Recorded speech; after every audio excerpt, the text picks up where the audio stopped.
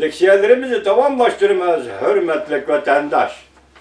Bugünkü sılağa 2020 yıl 6. ayının 8. günü haftaya düşenbe. Endeki haberimiz yaki bir analiz makalesi temanda vatandaş. Yuan Gongyi Sovetlerin yemirleşidin paydalanıp çünkü Kompartiyasını yemirip taşlaş kıyın iş emas dedi mavzuluk makale 6. ayının 8. günü Cumhur'a nazar doğru bitedi ilan kılındı haberimiz arkadaşlar. Yaşı 70'ten alkılan Yuan Gongyi yakında Şangang'da bir obrazga ayınlıp kaldı o buran. Mundak degen idi. Ömrümün ahırgıça Amerika Koşmuş Ştatlarına Cumhur Kompartiyasını yemirip taşlaydıgan komediyisini görgün bak. Körüşünü halaymadı. Yuan Gongyi bu doğruda Prezident Trump ve Devlet İşler Katibi Mike Pompeo'ya öz kalemi bilen xat yazıp Hong Kong'a yardım verişini müracaat kıldı. Bir neçe 10 yıldan beri Amerika ve Hong Kong aralığında siyaset ve soli ticaret sahasında aralışıp yürüyen tecrübeleri tayinip Yuan Gongyi Kompartiyanın illetlerini baş kılıp ekim meselelerini tahlil kılıştırı şu Hong Kong'da yaxşı bahağı erişti ve bu kişini kollaş dolgunu götürüldü. Hong Kong tordaşları onu Yuan Baba dep atavaldı yani Yuan Dada dep atavaldı. Bu yakında işleyen bir programımızdı bundak görsetti. Bu kişi söyledi bu ya ki matbuat xadimimi farqlandirib keçirem vatandaş. Amerika Hong Kong şekli yani ittifaqdaşlıq şekli yaxşıla emas belki bek yaxşı. O programımızda Prezident Trump'da Amerika devletinin kapitanı dep tasvirledi. Eldemizde parxotlarını rol tutgan kapitan baba. Bu kişi yakında o programımızda Prezident Trump'da Amerika bu devlette kapitanı dep tanıştırdı. Tasvirledi. Prezident Trump'ın her kandak besiminin aldığı tek durup takabül turuşunu mediyahledi. Prezident Trump'ın her kandak besiminin aldığı tek durup takabül turuşunu mediyahledi.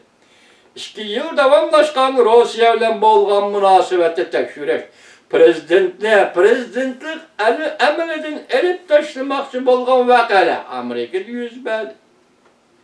Ve Amerika'da Prezident Trump solcu matbuatlarına prezidentlik hücum kılışı. Başta ayttık mı? Solcu matbuatlarına prezidentlik hücum kılışı. Prezident Trump'ni örüvitelmeyle kalmasın. Belki Prezident Trump bargan sıra Amerika'da ve dünyada bir kahramanlığa aylandı. Yakında Amerika Emgek Statüsü İdaresi 5. ayda işe uruluşu sağlık malumatını ilan kıldı. 16'da 3% bulup bazarının kütken ümidinin 19% yaxşı oldu. Başta sözü doku vaziyette orası. 19% yaxşı oldu. Yuan Gongyi munda görsetti. Prezident Trump Hong Kong'a yardım verelim yok. Bütünlüğü Amerika iktisadının %neşege karaş gerek. Eğer Amerika iktisadın terakkiyatı tüven bolsa, Hong Kong'un takdiri kırziska yüzünü de deydi Yuan Gongyi. Amerika bu yıl 9. ayda ötküzüldüğün 7 devlet güroyuğa sahip olan devlettir.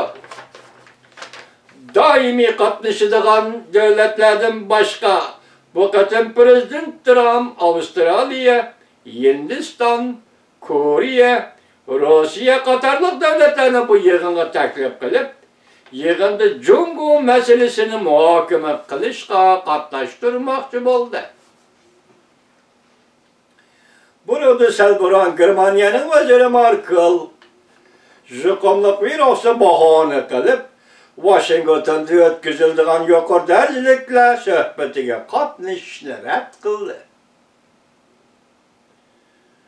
Shundan keyin Prezident Trump Germaniya turishliq Amerika harbiy qo'shinlaridan 10,000 kishilik qo'shinni chekintirishni e'lon qildi. Yuan Gongyi bunda ko'rsatdi. Merkel yetti davlat yig'ini qatnashishni rad qilishdan Prezident Trump norozi bo'ldi. Bu yil yetti davlat yig'ini ikki masalani muhokama qiladi. Onun biri Jungo Kompartiyasining Hong Kongda yo'lga qo'ygan davlat bexatarligi qonuni vaqasi edi. Va Hong Kongni qanday qo'g'dash masalasi edi. Onun ikkinchisi muhokama qiladigan masala har qaysi davlatlar yuqumliq virus masalasi bo'yicha Jungodan to'lam to'latish masalasini muhokama qilish edi. Fakat Washington'da açılacağın 7 devlet guruhi yig'ini demek maxsus Jungo meselesini muhokama qildi degan gap o'tanda. Muhokama qiladi degan gap.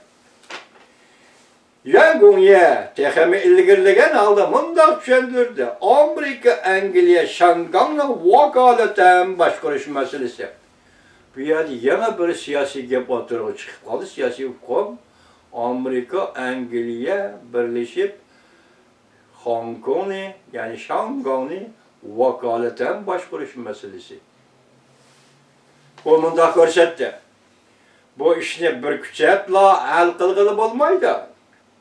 Balki Amerika, Angliya qo'l tutishib, Jungo bilan qarshilashib, Jungo Kompartiyasini Şangay'ni Hong Kong'ni qaytarib berishga majburlaydi. Vakolatan boshqarishning yo'li mundaq bo'ldi ekan-ku. Hong Kongni Jungo Kompartiyasi Hong Kongni qaytarib berishga majburlaydi. Bundan burun ba'zi maqollar mundaq hisoblagan edi. Chet elning kuchidan foydalanib Hong Kongning qo'l tutadigan masala ekanligini Kompartiyaga his qildirib qiyin ahvolga qolganda Hong Kongdan voz kechtirib, ya'ni Jungo Kompartiyasi qiyin ahvolda qolganda Hong Kongdan voz kechtirib, Hong Kongni boshqarish huquqini xalqqa topshirib berish. Bunda ko'z qarash Yuan Gongyining ko'z qarashi bilan birdek edi. Yuan Gongyi juma bu odamlar siz biz hurmatlaydigan odamga mana diqqat qiling hurmatli vatandosh. Hozir Yangi Jungo Federatsiyasi eqimi o'ttirg'i chiqdi. Bu to'g'rida Yuan Gongyi mundaq ko'rsatdi. Federatsiya yuzlanishi, federatsiyaga kirish, kirmaslik, shu yerlik xalqlarning keng ko'lamda tan elishi yoki tan olmasligiga bog'liqdir. Sovetlarning yemirilish tarixi, Polsha, Vengriyadek davlatlarning o'zgarib demokratik davlatga aylanishi. Buning ichida ba'zi davlatlarning BDT'ga a'zo bo'lib kirishi, hatto NATO'ga a'zo bo'lib kirishi qatorliq voqealarni aytganda Jungo Kompartiyasini parchalash hargiz qiyinga to'xtamaydi. Mana Yuan Gongyining fikri ekan-ku vatandosh. Endi oxirida sizlar bilan bir ishga gap qilamiz.